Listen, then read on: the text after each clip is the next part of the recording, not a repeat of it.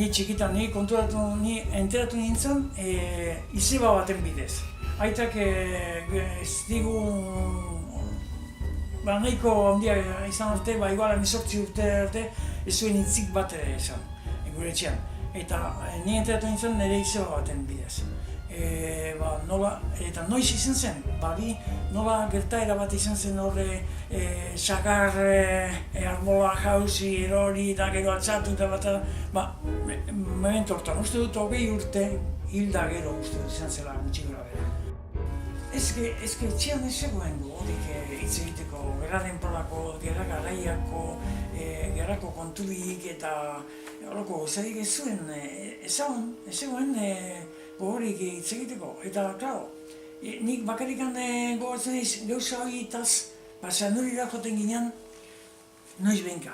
Urtero joten ginen, baina han egoten ginen astebete edo horrela, itxona monakin eta horrela, eta gehiago ez. Da han geuden tartean, orduan entzuten genuen noiz behinka gauzaren batzuek.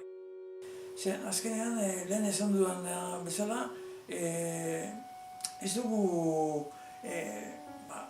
lehen gertatutakoa. Eta ez genuen ematen garantzia handiagorik, baina orain ikusi dugunean nola, honek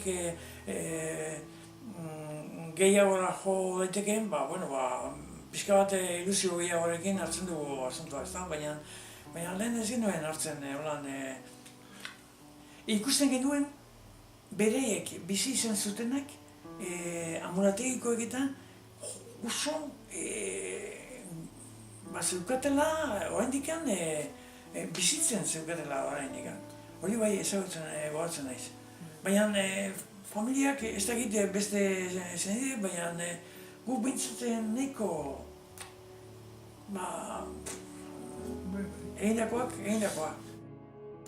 Beti bezala, juiza da, la ostra, el techo del mundo. Ikusi denean nahiko normala zera, ni lasaitu nintzen, baina, klaro, gero ikusi nolako gauzak egiten duten.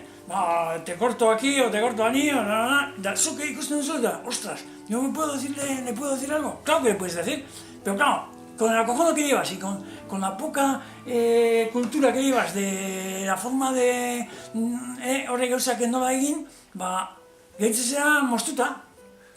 Hori kriston harria da, harri gogorra. Baina nervioso jartzen dirala uste dut gauzatxo hauekin kontatu ondoren. Ikusi dugu lehenengo astean nola botazuten hori moztu egin behar dela, hori horrela ezin dela segitu, eta ez dakit zer da. Eskertu nahi dut bereziki Gordatuko partaideak. Eta bereziki bereen artean, Juanmari Zulaikak. Beraien gatik egin duguna, eta jakin duguna. Bereik bultzatu dizkigute, irakurtzen eta gure osobaren berria jakiten, eta hortaz pixka bat ez du goza handirik egin, baina, ahal izan duguna behintzat